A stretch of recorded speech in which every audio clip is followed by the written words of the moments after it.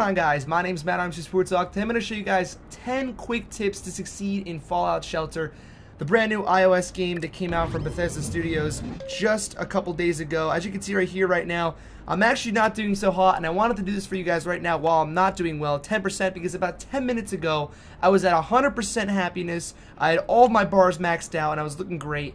But this just goes to show you how quickly this game can go to havoc unexpectedly, and just how to get around that. So I'm going to show you guys right now what not to do, more so 10 quick tips on how to get going in this game. So first things first, build your buildings next to each other to make sure they are wider and they produce more. What I mean by that, you can see right here I have all of my elevators in a row right there, and that makes it easy for me to make these buildings, these rooms. I have this is actually 3 power stations or 3 power generators next to each other. So if you build, as you can see right here, and we have 2, this one's 3, but if you build just all of them one by one, they only produce a certain amount. But if you build them next to each other, you can see right here, it's hard to show you. Medbay produces 3 because I have 2 next to each other. If I just put 1 and 1, they would have had 1 production each, and that's not as good. So what you want to do is put all the similar rooms next to each other. So when you build something new, I'll show you guys right here. I can't build anything right now, but if I were to build another thing right next to this one right here, if I were to build something right here, I build a storage room, so that way the storage room gets even bigger and it can hold more than 3 separate storage rooms would.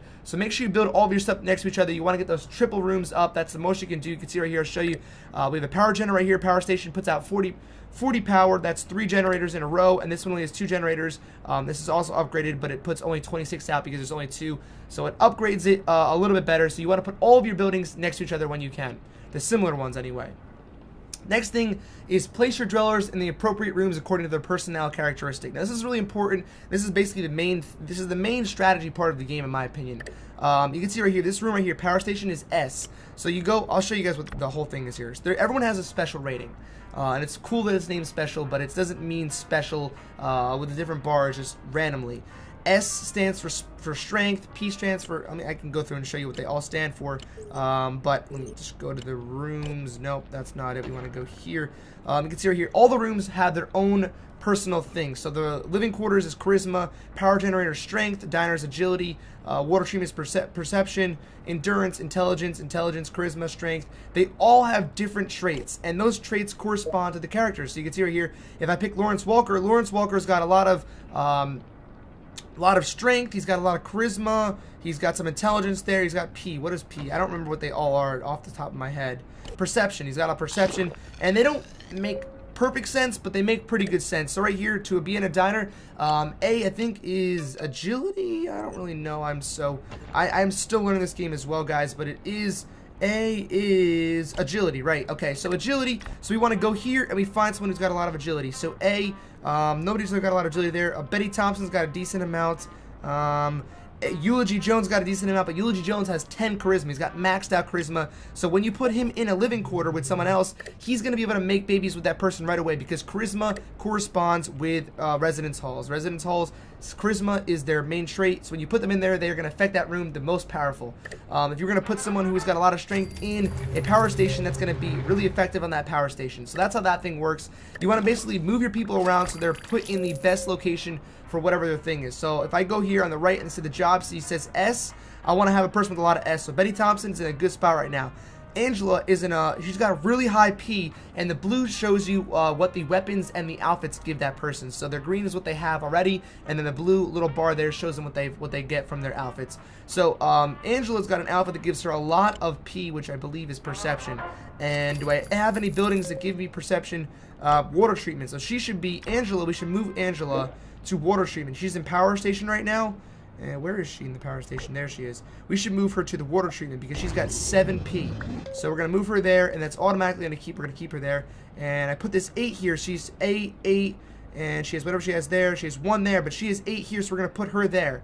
So we're going to switch people back and forth basically based on what they are best suited for, and that's going to help you build your production a lot quicker than you would otherwise. The next thing, the number 3 tip I have for you guys, is send your dwellers out and make sure they're well equipped. So you can see right here, if I go down to my dwellers, I have Jack Turner out on the run right now. He's level 11. Look at all the stuff he's picked up so far. He's picked up 3 different weapons. One of them is actually a really good weapon. Enhanced scope weapon's really good. He's picked up some other stuff. He's picked up a lot of different gear. Rusty pistol. Unfortunately, it's rusty. He's picked up 455 caps by himself. You can see right here, I've equipped him with a ton of stuff. A hardened minigun, which is a super rare weapon, and powered armor, which gives him 5 strength. So he's going to be really well off out in the wasteland. Now the key here is making sure you send them out with a lot of armor and weapons, and make sure you don't keep them out there too long, because they will die out there a certain amount of time, no matter how much armor they have. Unless they have some ridiculously good shit, they're going to die eventually. See, I sense danger everywhere. This guy is freaking out. He's about to die, so you got to make sure you pull him, recall them back to the base after a certain amount of time. But you can see he's 6 hours out. When I recall him, it's going to take the same amount of time for him to get back as it took him to go out, or as he's been out there so far. So keep that in mind. Put them out there, let them get stuff, and once they get enough stuff that you think they're good to go and they're not going to die, bring them back. Next thing is super important. This is the money ball of the game, the risk involved in the game, and it's rushing rooms. You can rush a room at any time, but it's all about the percentages. Now, my go-to right now is, you can see here, that room had a 41% chance of having an incident. This one has 26. 26 is pretty low. This one's got 35. It's kind of in the middle. And this one's got 30%. So my general rule of thumb, if a room has gotten anything lower than 30%, rush it. The reward you guys will get, you can get XP and you'll get extra caps. Now, if you have a person in that room that's got a lot of luck, you have a higher chance of getting more caps when you succeed. Now, even if you fail, nothing really happens. You get either rad roaches, you get an intrusion, or you get fire. And your guys, as long as your guys, I have all my guys equipped with weapons, so if a rad roach happens, those rad roaches go down real quick. The only bad side is they will get radiation poisoning from the rad roaches. This one's got 26% here, so we're going to go ahead and rush it, and hopefully we will get success. We did get a success. So usually I'd say if it's under 30%, go ahead and give it a rush. I rarely have seen 30% fail, so that's pretty much my standard right there. This one's at 30% on the dot, so we're going to give that one a rush as well. But the rewards you're going to get from rushing, you're not only going to get extra whatever that production is, but you're going to get a lot more caps. When you upgrade a person and you actually get production from like a food or water, you get caps for that, but you get a lot more caps from actually rushing and succeeding. This one's got 35%. We're going to see what happens here. It might fail, but if it doesn't, success. Look at the caps here, 47. Look at that. We got almost 40 caps just from rushing a room right there. So rushing is definitely the way to go. You can see right there, we started at 10%. We're already moving our way back up to that 100%. We have all of our meters back up, and we got a ton of caps out of that just from rushing. Take risks and profit. Trust me, rushing is definitely worth it. Number 5 tip is upgrade the health of your vault door. Now, people don't even realize you can do this because it doesn't even seem like you can, but you can upgrade your vault door, and trust me, upgrading the vault door health helps so much when intrusions come. When intruders come, they can break right through your vault door if you don't upgrade it at all. If you upgrade it, at least the first one, I think is 500 caps, it's worth it. Trust me, it's a good go-to. Definitely go ahead and upgrade your vault door.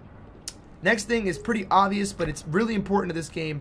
Make sure you go and get those achievements. You're going to get a lot of lunchboxes and caps out of it. Lunchboxes are going to be their key to getting new dwellers and new outfits that are rare. So definitely go ahead and get those lunchboxes. You can see here I lined up 3 different lunchboxes. If you don't like an objective, you can actually X out of it, and then once you get the other 3 objectives, you can go and do it again. So right now you can see I've X'd out of the last one. I think was something stupid that I didn't want to go for. So I X'd out of it, and I went to these new ones, and now I have all lunchboxes right now.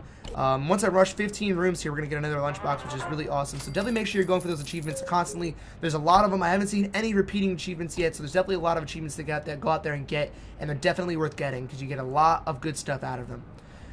One thing I want to note real quick as my number 7 tip is you can revive your dead dwellers. So if you want to take a risk and let a dweller possibly die but trying to get a big reward out of it, you can revive him. They cost a lot of caps. It costs usually about a couple hundred caps depending on how highly leveled up that person is, but it's worth it, and you can revive them. So don't think that once they're dead forever. If you want to take a risk with them, go for it.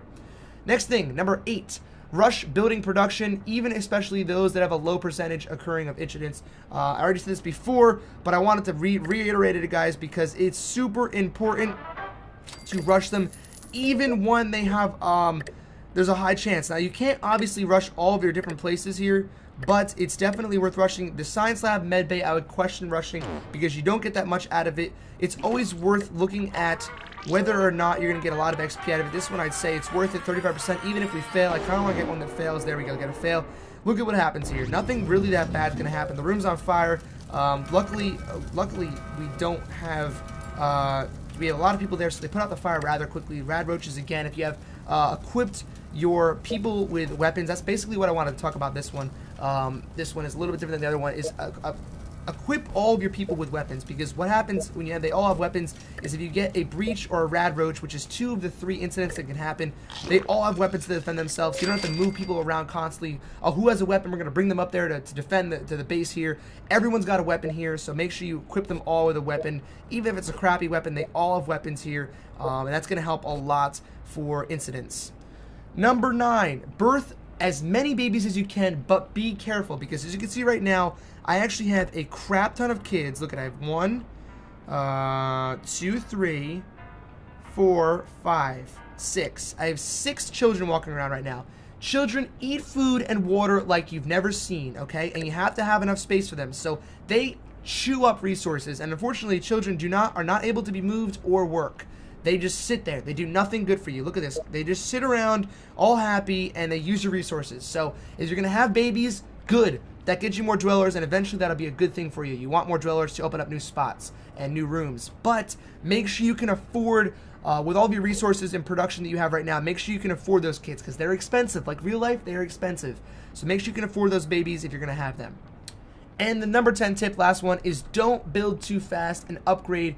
Make sure you upgrade your power resources or your power generators quickly enough, because when you put in new rooms, they eat power. Just like the kids eat the food and the water, the new rooms will chew up your power, and if you don't have enough power, rooms will start shutting off, and if you can't pick which room shut off. So what happens here is, you can see I have a lot of rooms with rats in them because I have nobody working in them, because right now I need to have all my people in the rooms that matter, that produce power and food and water for our people. And unfortunately, that means all these other rooms are empty and useless right now, but we're actually having to power them still. So make sure you upgrade your power generators enough that you can fuel new upgrades, fuel new rooms. Don't just build out the butt and not have enough power to support it. So that's those are my 10 tips, guys. Hopefully you're enjoying this game. If you haven't even played it yet, I highly suggest going to play it. I'm making a bunch of videos on it because I didn't even realize I was going to enjoy it, but I am addicted to it. It's so good. This game's awesome.